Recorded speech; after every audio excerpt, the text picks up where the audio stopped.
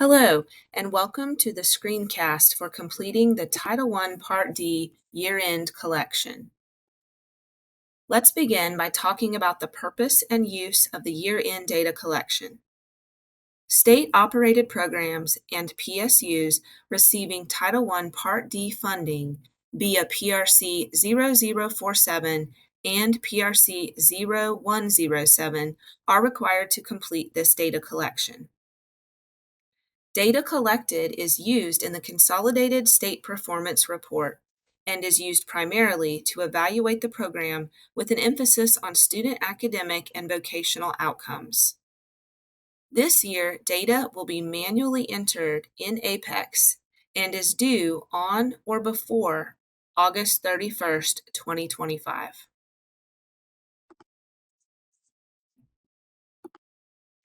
Before completing the year-end data collection, you need to log in to the Title I Part D year-end page at the URL seen here. Log in with your NC ID and password. Subscribe to the data collection. Select PSU Coordinator for the user role. Select your PSU and enter information as requested. Click the Submit button in the lower right-hand corner. And lastly, use the Sign Out button under your NCID to sign out. You can access the data collection once you receive a confirmation email with the subject as Title I Part D Year-End Subscription Approval. To enter data, log back in to the Title I Part D Year-End page with your NCID and password. In the upper left-hand corner, under the acronym T1PDYE, select Data. The school year 2024-2025 and your PSU should populate automatically. Select Add Program Type to begin data entry. Using the drop-down menu, select the program type for which you are reporting data. If you are unsure which program type matches the facility for which you are reporting data, use the definitions provided on the next slide. If you are reporting data on more than one program type, you will repeat this process later to select additional programs. For now, select just one. Here you see each program type defined. Find the definition that most closely matches the program for which you are reporting data. Once you have selected the program type, select Yes to indicate that you are reporting data for the program type selected. Then enter the facility count. This is the number of individual facilities that fall under the program type you selected. For example, if you selected adult correction and you have just one adult correction facility for which you are reporting data, enter 1.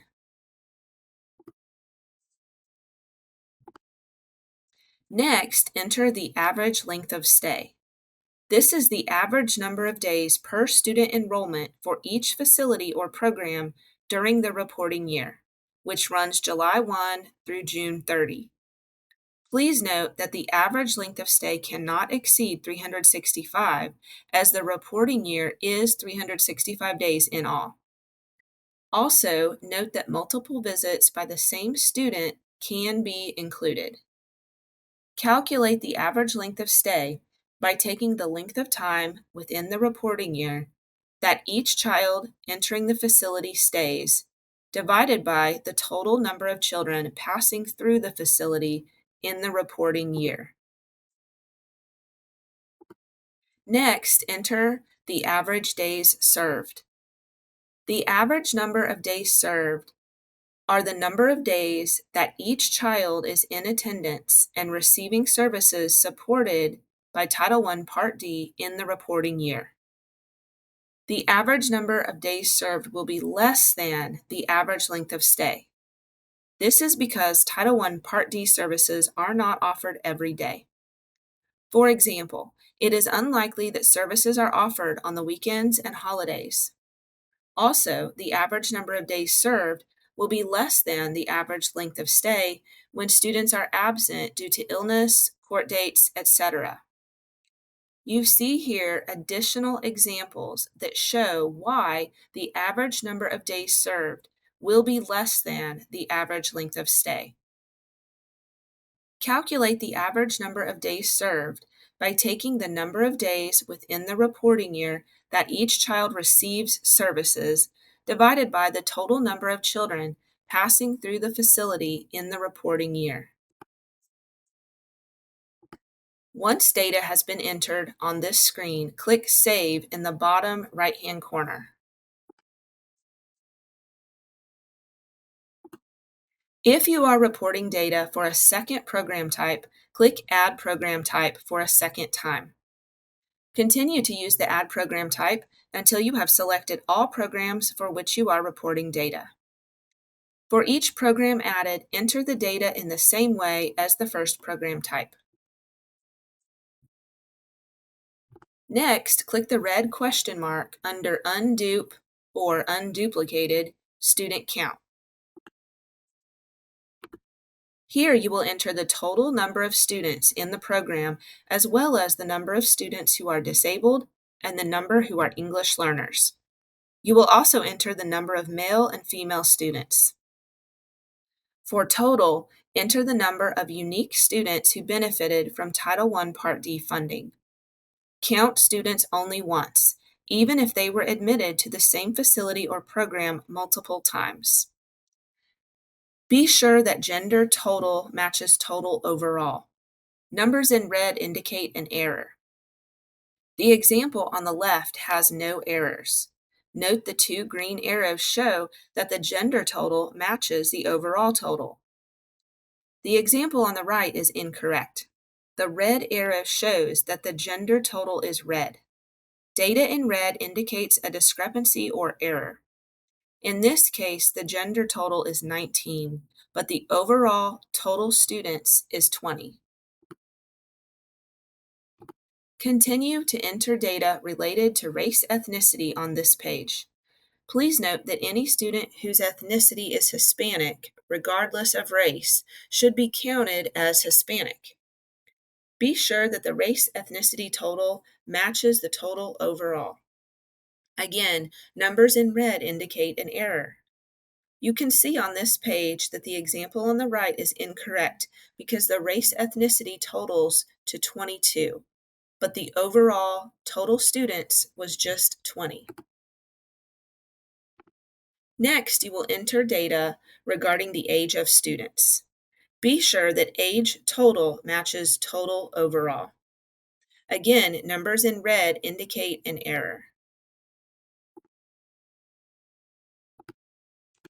Once data has been entered on this screen and all errors in red have been corrected, click Create in the bottom right-hand corner.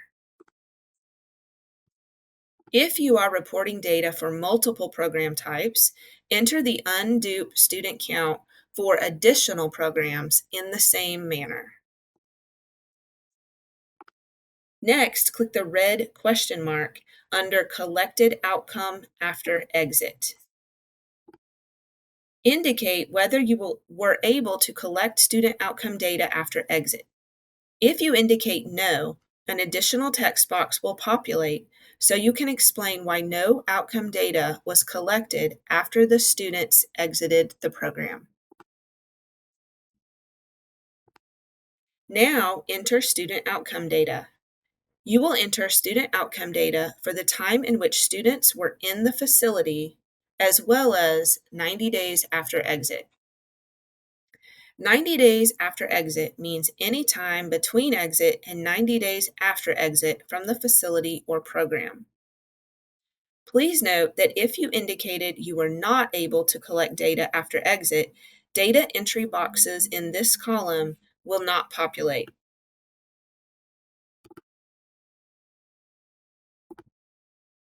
Once data has been entered on this screen, click Create in the bottom right-hand corner. Next, enter the outcome data in the same manner for additional programs if you have more than one program type. Now, click the red question mark under Has Long-Term Student. Indicate whether you are reporting data for long-term students. A long-term student is a student who was enrolled in a program for 90 or more consecutive calendar days. If you selected No to reporting data for long-term students, click Create in the bottom right-hand corner. Again, if you selected No to reporting data for long-term students, your next steps are on slide 35 with the green star. However, if you selected Yes to reporting data for long-term students, enter the number of long-term students here. Again, a long-term student is a student who was enrolled in a program for 90 or more consecutive calendar days. Now you will enter reading data for long-term students. Long-term students with a negative grade level change means the student scored lower on their follow-up assessment than their initial assessment. Long-term students with no change in grade level are students whose scores did not change from the initial assessment to the follow-up assessment. Long-term students with improvement of up to one full grade level are the number of long-term students who showed improvement up to one full grade level from the initial reading assessment to the follow-up assessment. And finally, long-term students with improvement of more than one full grade level are the number of long-term students who showed improvement of more than one full grade level from the initial reading assessment compared to the follow-up assessment. Now you will enter math data for long-term students using the same criteria. As you enter reading or math data, note that the numbers in red indicate an issue. In this example, data has been entered for 6 students, which are more students than the overall number of long-term students, which is just 5. Data in red needs to be corrected. In this example, again, reading data entered for long-term students does not match the overall number of long-term students. However, note that the data has not turned red. When the number of long-term students you are reporting data for is less than the total number of long-term students overall, the data will not turn red. In this situation, rather, you will be prompted to explain why not every long-term student has data. If you are missing reading or math data for long-term students, think about how to improve some systems for ensuring students have data moving forward. It is understandable that a small discrepancy may exist, but large discrepancies indicate a bigger issue.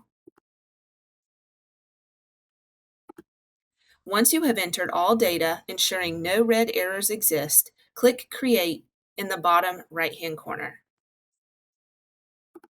If applicable, enter long-term student data in the same manner for any additional programs for which you are reporting data. Data is ready to approve/submit when it is green and there are no red question marks. In the top example, note the data is green, whereas the bottom example contains a red question mark. Once your data is complete and accurate, click Approve/Submit. If you need to make changes to data submitted, you will need to email me, Laura Popp, to request your data be unsubmitted. Thank you for viewing this screencast, and remember, this collection is due on or before August 31st, 2025. If you have any questions or concerns, do not hesitate to reach out.